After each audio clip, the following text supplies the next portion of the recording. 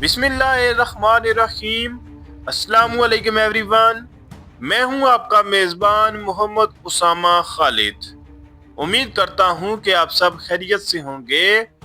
कुर्लुश उस्मान की episode number 177 का पहला ट्रेलर रिलीज हो चुका है और आज की वीडियो में हम उसी ट्रेलर पे बात करेंगे कि उस ट्रेलर में नई एपिसोड के हवाले से क्या चीज़ें दिखाई जा रही हैं। और बड़ा ही अजीबोगरीब और खतरनाक सा ट्रेलर अपलोड हुआ है, क्योंकि जिस तरह की सिचुएशन में इस ट्रेलर में उस्मान बे को दिखाया जा रहा है उस सिचुएशन को कम से कम मैं तो बिल्कुल भी एक्सपेक्ट नहीं कर रहा था।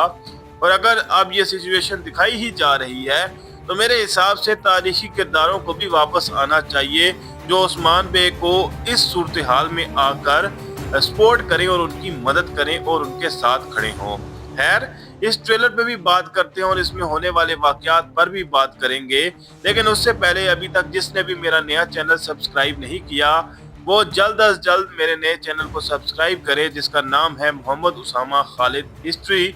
और चैनल को सब्सक्राइब करें ताकि मैं जल्द अज जल्द यहाँ से कंटेंट बनाना, यानी कि अपने ओल्ड चैनल से कंटेंट बनाना बंद करके न्यू चैनल पे ही अपलोड करना स्टार्ट करूँ और वहीं पे आप मेरी नई वीडियोस देखा करें। तो मेरा नया चैनल लाजमी सब्सक्राइब करें। अभी बढ़ते हैं इस ट्रेलर की जानिब और देखते हैं कि इसमें क्या चीजें दिखाई जा रही हैं। ट्रेलर के पहले ही सीन में उस्मान बे यहाँ पर कबीले में दाखिल होते हुए नजर आ रहे हैं और इस वक्त आप कबीले के हालात देख सकते हैं जिसमें लोग जहर की वजह से मारे जा रहे हैं और उस्मान बे इसी सूरत हाल को देख रहे हैं। और उस वक्त सारूजा और जो दीगर सिपाही हैं वो उस्मान बे के साथ मौजूद हैं, तो हो सकता है कि वो उस्मान बे को वहां से बचाने में कामयाब हो गए हों। लेकिन अब ये तो आने वाली किस्त में ही पता चलेगा कि जिस तरह की सिचुएशन में वो लास्ट एपिसोड में दिखाए गए थे उससे वो कैसे निकले। Ne dersin Osman?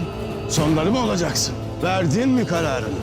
अब यहाँ पर दो सूरत हाल हो सकती हैं। एक तो ये कि सारूजा उस्मान बे को उलूगान के जाल से बचा कर लाया हो, या फिर दूसरी ये कि उलूगान ने खुद उस्मान बे को कबीले की जानब भेजा हो ताकि वो अपने कबीले की हालत को देख सकें।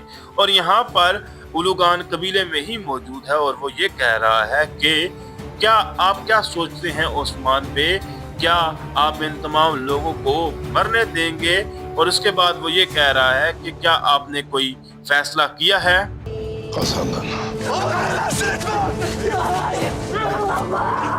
उस्मान बे यहाँ पर उलूगान की बात का जवाब देते हुए ये कह रहे हैं कि तुम जीत गए। और उसके बाद अलाउद्दीन बे का डायलॉग भी सुनाई दे रहा है और वो ये कह रहे हैं कि मेरे बाबा को कैदी मत बनाओ। और उसके बाद फातिमा खातून का भी डायलॉग सुनाई दे रहा है और वो अपने बाबा और उनके लिए रोती हुई नजर आ रही है। और बाला खातून को भी बड़ी मुश्किल से कंट्रोल किया गया है। लेकिन इस तमाम सिचुएशन को दिखाने के पीछे आखिर मकसद क्या हो सकता है कि इस तरह की सिचुएशन महमद बुज़दाक को दिखाने की जरूरत पड़ी? Görün kibrin sonunu. Görün ki ibret alın. इससे पहले उस्मान बे को अपने ही कबीले में इस तरह से कैदी नहीं बनाया गया और ना ही उनको इस तरह की सिचुएशन में दिखाया गया। लेकिन अभी ये सिचुएशन क्यों दिखाई जा रही है? इवन हो सकता है उस्मान बे किसी छोटी मोटी कैद में रहे हों, लेकिन इस तरह से कबीले में आकर ये चीज दिखाना जो है वो बिल्कुल ही गलत है। और यहाँ पर उलूगान ये बात कह रहा है कबीले वालों को कि तकब्बुर का इंजाम देखो और देखो ताकि तुम इससे सबक हासिल कर सको या इबरत हासिल कर सको। Obadaki tüm fesatlıkların arkasında Begüm varmış. Çünkü Osman Bey'e sevdalıdır.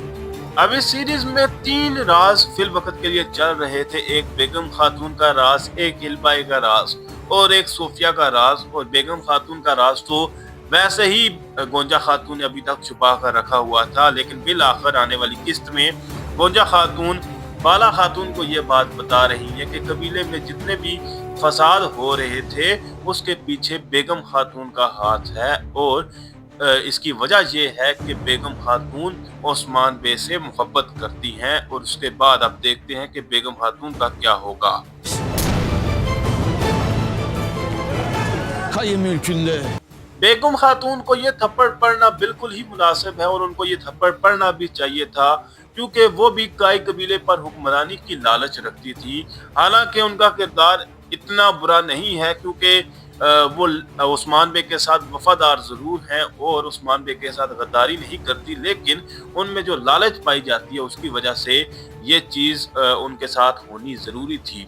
और उसके बाद यहाँ पर कबीले में ही उलूगान का डायलॉग सुनाई दे रहा है और वो ये कह रहा है कि काई कबीले में, तो देखते हैं कि वो इससे आगे क्या कहता है। Kimin için başlangıç vakti, kimin için son, ben ona bakarım. अब इस सीन में उलूगान अपनी बात को जारी रखते हुए ये कह रहा है कि काई कबीले में किस शख्स का दौर ख़त्म हो रहा है या कौन सा दौर ख़त्म हो रहा है और किस शख्स का दौर शुरू हो रहा है, मैं उन चीज़ों को देख रहा हूँ। और उसके साथ साथ उस्मान बे को काई कबीले में ही इस तरह से कैद में दिखाया जा रहा है और इस तरह की सिचुएशन को या तो ख्वाब में दिखाया जाए तो मैं अभी भी कहता हूँ ये ज़्यादा बेहतर है, वरना कोई ना कोई वजह लाजमी होनी चाहिए इस सूरत हाल के पीछे। Bu postun sahibi benim.